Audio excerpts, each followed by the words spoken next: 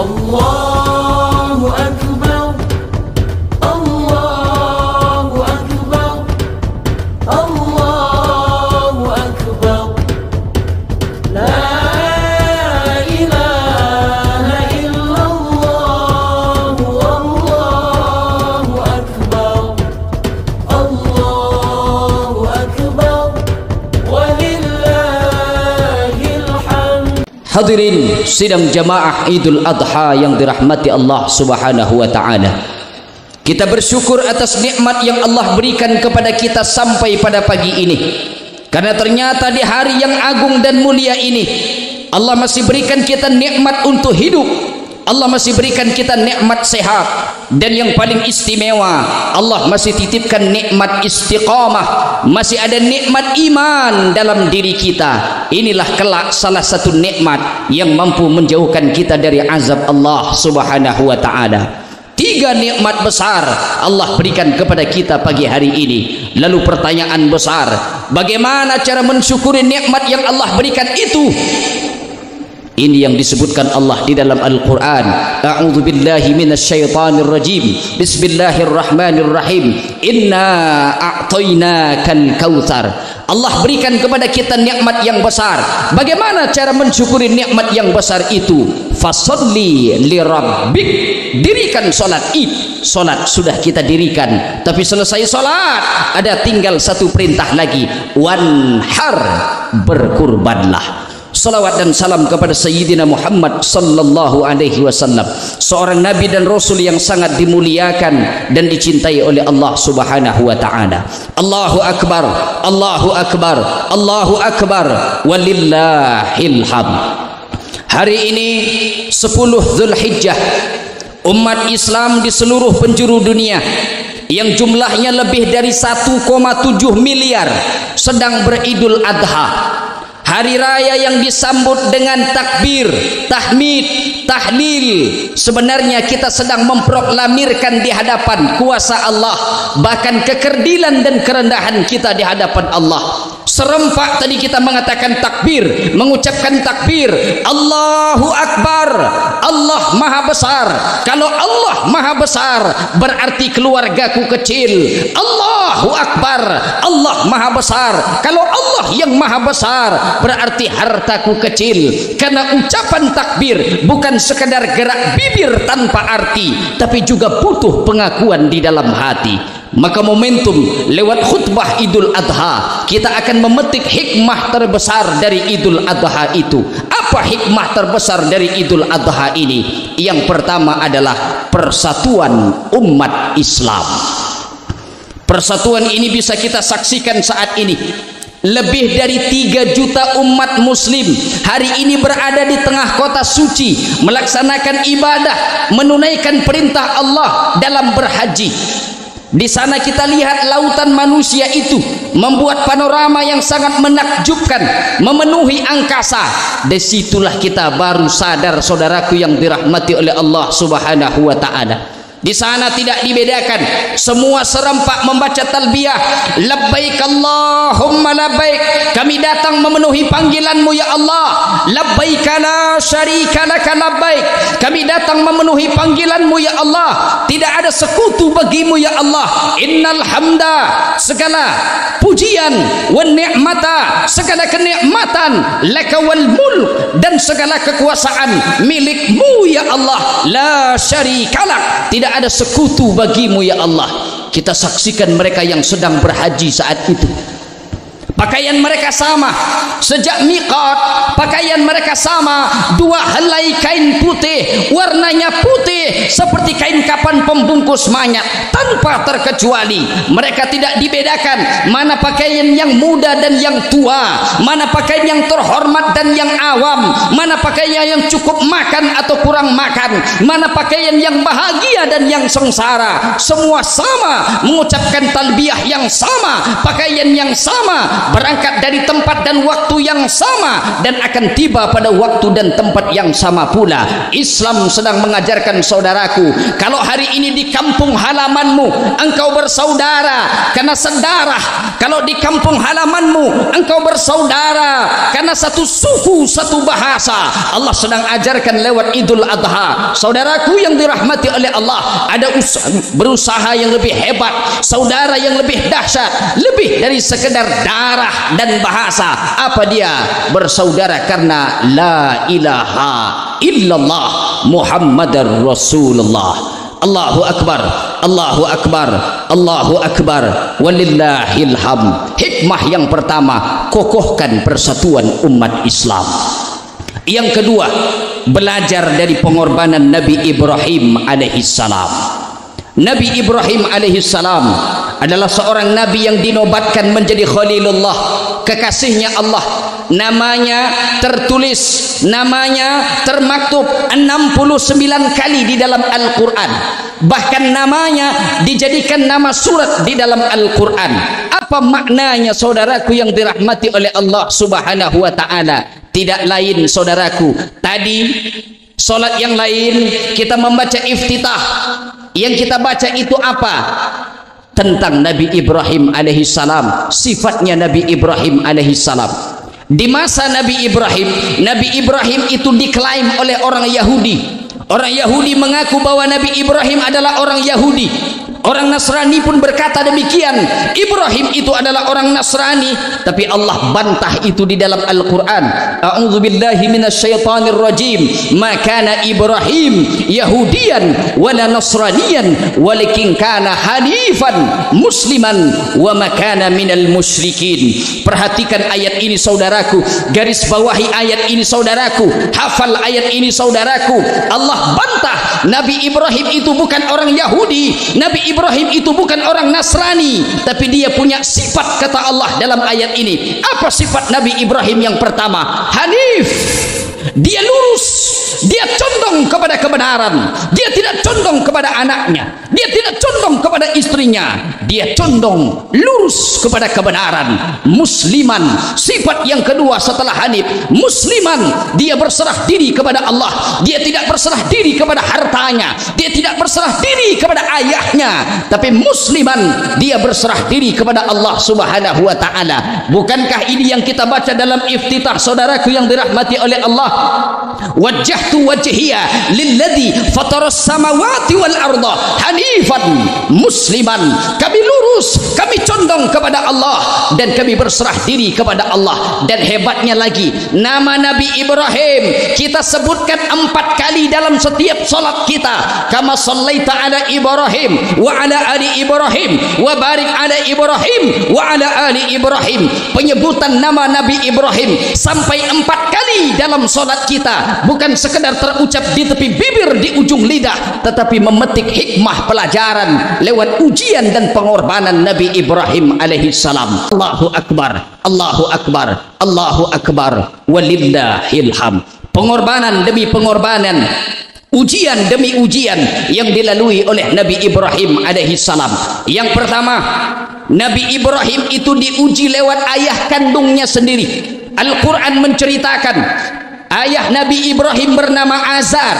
Dia adalah seorang pembuat dan penyembah patung. Saat itu Nabi Ibrahim berkata kepada ayahnya, atattakhidhu asnaman aliha, hai ayahku, apakah patung ini kau buat lalu kau sembah-sembah? Apa jawaban Azar, ayahnya Nabi Ibrahim alaihissalam? Bukan menyambut dengan kalimat santun, bukan menyambut dengan kalimat yang sopan, tapi dia malah berkata keras dan kasar kepada anaknya. Ya Ibrahim, la illam tantahi, kalau engkau tidak berhenti menceramahiku, kalau engkau tidak berhenti menasehatiku, la arjumannaka, akan kulempar engkau, akan kurajam engkau sampai mati. Wahjurni maliya, tinggalkan aku Ibrahim sendirian.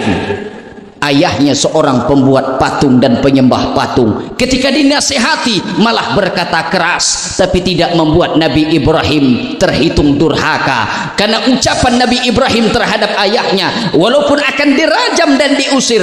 Apa jawaban Nabi Ibrahim alaihi salam? Salamun alaika, salam keselamatan untukmu hai ayahku.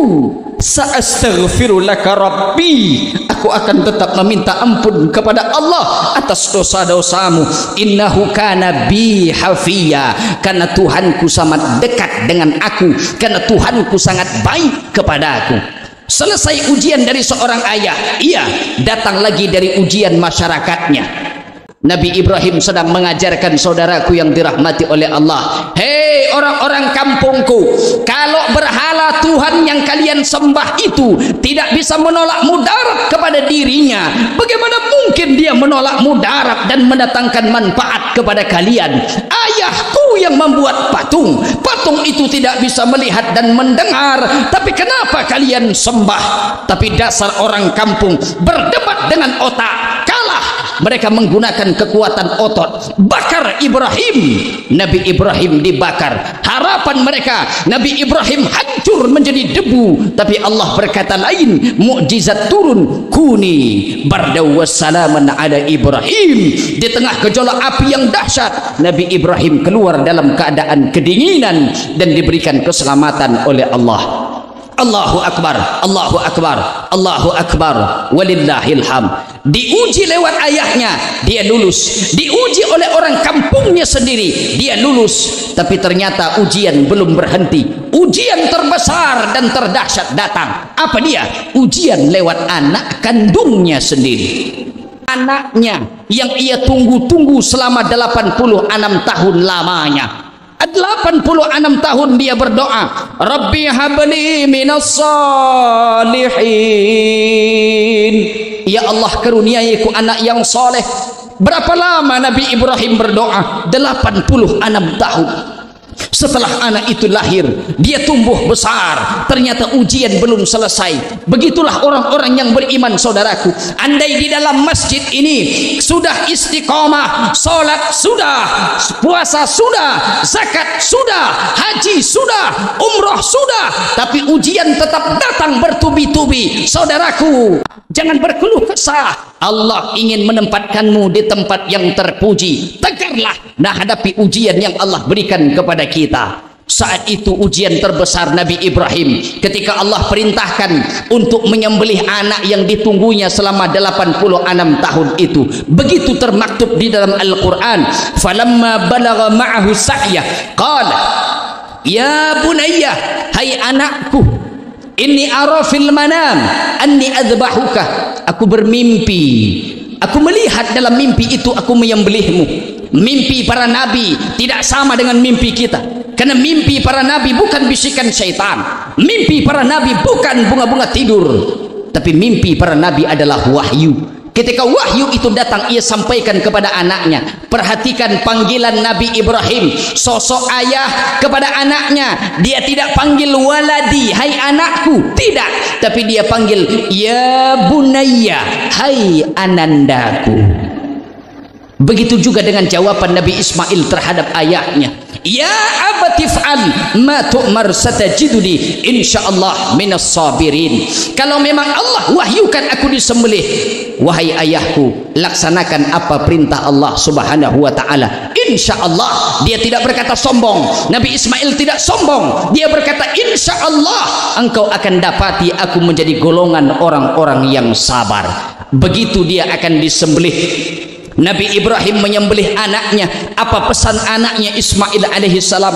Wahai ayahandaku, ketika nanti menyembelihku ayahandaku, telungkupkan wajahku ayah, jangan engkau tengadahkan, karena aku khawatir kalau wajahku menengadah engkau tidak akan tega menyembelihku. Tolong ayah, jauhkan ibundaku dari anak-anak kecil sebayaku, sebab kalau ibundaku melihat anak kecil sebayaku, dia akan menangis teringat kepadaku. duhai ayah, sampaikan salam takzim, salam hormat kepada ibundaku agar dia tetap istiqamah, sabar dalam menjalankan perintah Allah Subhanahu wa taala. Perhatikan jawaban Ismail alaihi salam, seorang anak yang soleh, membuat ayahandanya sendiri terpukau dengan jawaban itu. Tapi ketika pisau yang tajam yang sudah diasah, hampir saja pisau itu memutuskan leher Nabi Ismail, tapi Allah firmankan, wa fadainahu bidzibhin azim. Allah ganti sembelihan itu dengan kibas yang besar. Allahu akbar, Allahu akbar, Allahu akbar, walillahil hamd. Begitulah kehidupan Nabi Ibrahim alaihi salam, penuh dengan pengorbanan, penuh dengan ujian. Dan ujian terberat saat itu adalah ujian dari anaknya sendiri. Begitu juga kita hari ini saudaraku, ujian, cobaan datang silih berganti menghampiri kita. Saudaraku yang dirahmati oleh Allah, Allah ingin menempatkan kita di tempat yang terpuji. Allah ingin sedang melihat kepada kita seberapa besar pengorbanan kita terhadap ujian Allah Subhanahu wa taala. Dulu ujian terbesar Nabi Ibrahim diperintahkan untuk menyembelih anaknya, tapi hari ini saudaraku, Allah tidak minta nyawa anak kita. Yang Allah minta adalah hasil ruko kita, hasil bisnis, hasil dagang, hasil sawah ladang, usaha dan gaji. Kita belikan kurban kambing dan sapi untuk mendekatkan kepada Allah Subhanahu wa taala. Maka pagi hari ini, siapa yang diberikan Allah kelapangan rezeki, berkurbanlah. Ramai kita dalam masjid ini, sesak penuh masjid pada pagi hari ini. Siapa yang paling mulia di antara kita di dalam masjid ini? Apakah yang paling banyak hartanya? Bukan, harta tidak dibawa mati, malah pertanyaan menjadi ganda. Hartamu dari mana dan engkau habiskan kemana? Tidak terbayang saudaraku yang dirahmati Allah, kalau hidup di dunia engkau dieluk-elukan orang, dipuja-puji orang, disebut orang hartawan, digelar orang jutawan, tapi ternyata di akhirat kelak ketika Allah berikan catatan amal itu kita ambil lewat tangan kiri. Allahu akbar, Allahu akbar, Allahu akbar, walillahil hamd. Kesimpulan yang dapat kita petik, pertama, umat Islam adalah umat yang punya persatuan luar biasa. Kalau di sini persatuan kita karena kita sedarah, karena kita satu suku, satu bahasa. Hari ini Allah ajarkan kepada kita ada persaudaraan yang lebih dahsyat, yaitu bersaudara karena la ilaha illallah Muhammadar Rasulullah.